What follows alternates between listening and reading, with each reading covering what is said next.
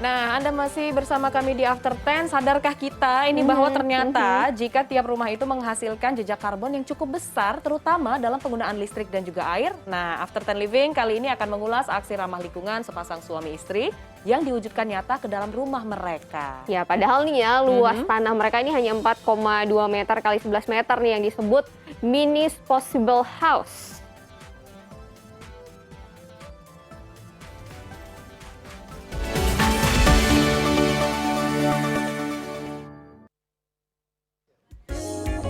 Kalau Anda ingin membangun rumah berkonsep ramah lingkungan tapi di atas lahan yang terbatas, rumah pasangan milik Aldi dan Denia ini bisa menjadi inspirasi. Selain open space, di dalamnya menggunakan panel surya hingga grey water recycle system. Penasaran? Ayo kita masuk.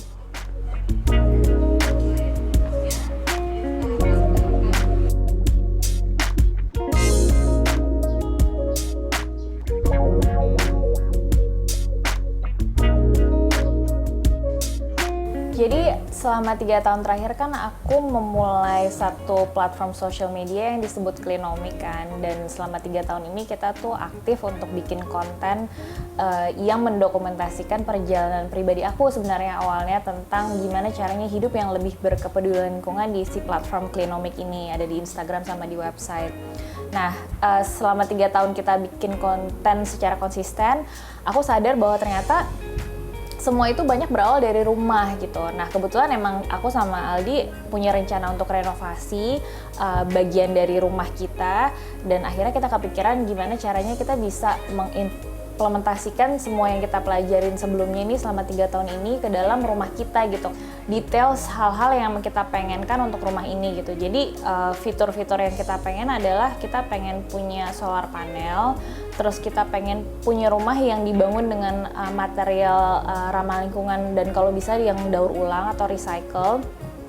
Terus dibuat dengan sesuai kebutuhan kita gitu, jadi ada 3 kamar tidur dan sebagainya. Terus kemudian sesuai budget sama kita juga pengen ada sistem grey water recycling system itu yang mungkin Aldi bisa ceritain lebih lanjut. Grey water itu apa? Jadi sebenarnya air limbah di rumah itu dihasilkan ada 2 jenis. Pertama black water atau air toilet dari WC. Kemudian yang kedua adalah air cucian atau grey water. Nah, yang saya bilang langsung dibuang ke lingkungan itu biasanya air cucian gitu. Nah, padahal itu sangat mencemari lingkungan, badan air di selokan. Makanya banyak selokan kita yang hitam, bau gitu ya. Itu karena memang hasil dari pencemaran air cucian kita, air mandi, air cuci tangan, cuci piring gitu ya. Nah, di rumah ini air cuci, air mandi itu kemudian ditampung, kemudian ada penyaringan.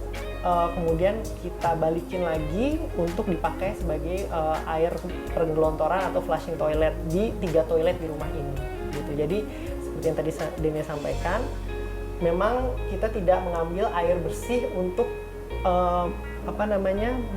flush toilet.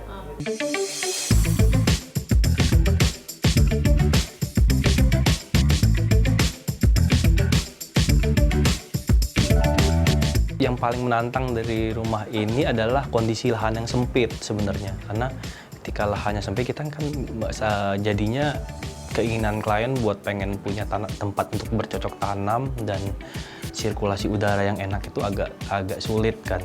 Jadi itu sih tantangannya. Jadi kita coba meminimalisir ruang-ruangnya. Tantangannya berapa tuh Mas? 4 kali 12 meter rumahnya. Betul.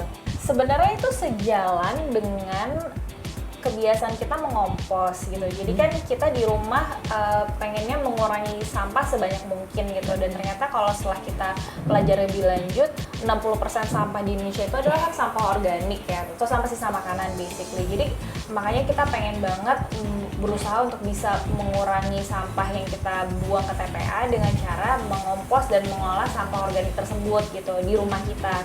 Nah, karena kita mengompos, tentu akhirnya kita menghasilkan kompos gitu kan, atau pupuk gitu. Nah, karena kita udah punya pupuk, jadi ya itu jadi konsekuensi lanjutan aja gitu. Kita udah produksi pupuk, ya sayang banget kalau nggak dipakai gitu. Akhirnya kita pakai untuk bercocok tanam di rumah ini sendiri gitu. Nah, Mas Kibo boleh Ya. dijelasin nggak nih dari ruang dapur ini kan nyatu ya dengan ruang keluarga. Apa sih yang menarik Mas yang dicoba dibangun di sini? Yang menarik justru sifat ruangnya yang open plan. Jadi dengan kondisi lahan yang terbatas, kita justru ngilangin banyak dinding.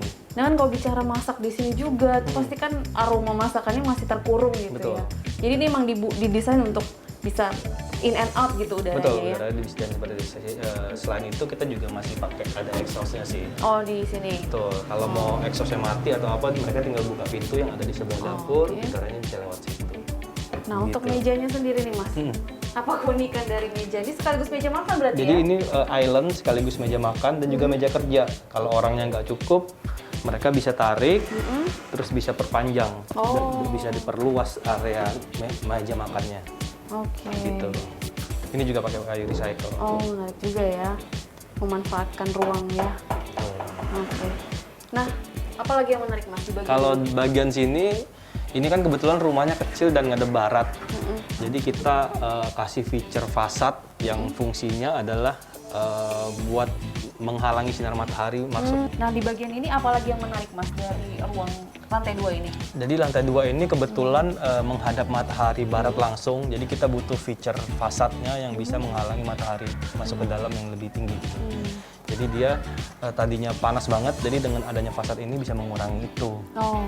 Terus ditambah dengan feature yang memungkinkan buat pemilik buat kasih banyak tempat buat tanaman. Oh iya, karena langsung mataharinya juga dan air hujannya juga langsung ya Langsung, menyiram betul. tanaman Jadi ya.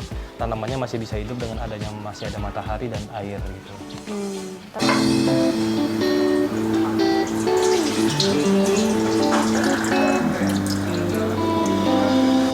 Jadi budget awal ketika kita pitching ke beberapa arsitek kita, memang kita udah punya set budget khusus gitu ya. Jadi kita bilang budget kita adalah 500 juta gitu. Jadi itu budget yang memang kita tetapkan untuk membangun rumah ini, dan itu sih sebenarnya yang budget kita dapat. Tapi kemudian 500 juta itu udah rumah ya, rumah jadi gitu, bangunan sampai sedemikian rupa.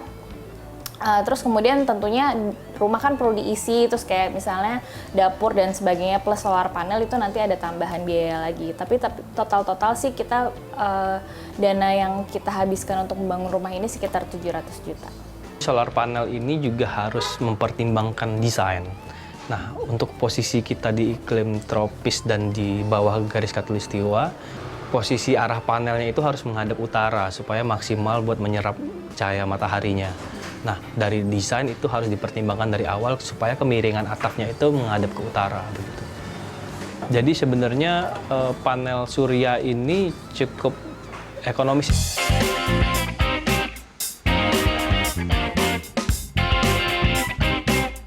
Yang paling terasa itu tagihan listrik. Berkurangnya itu sekitar 40-an% gitu. Kami tidak bisa langsung pinpoint ya berapa persen gitu pastinya, enggak, karena memang ini kan rumah baru. Tapi kami melihat dari pola konsumsi kami dan tagihan listrik kami sebelumnya gitu. Jadi memang berkurang sekitar 40%. Disebut nggak sih tagihannya? Boleh. Ya, jadi kami dayanya itu adalah 3.500. Kemudian penghematan, jadi biasanya kami itu sekitar 1 juta tagihannya sebulan, sekarang jadi 400 ribuan gitu.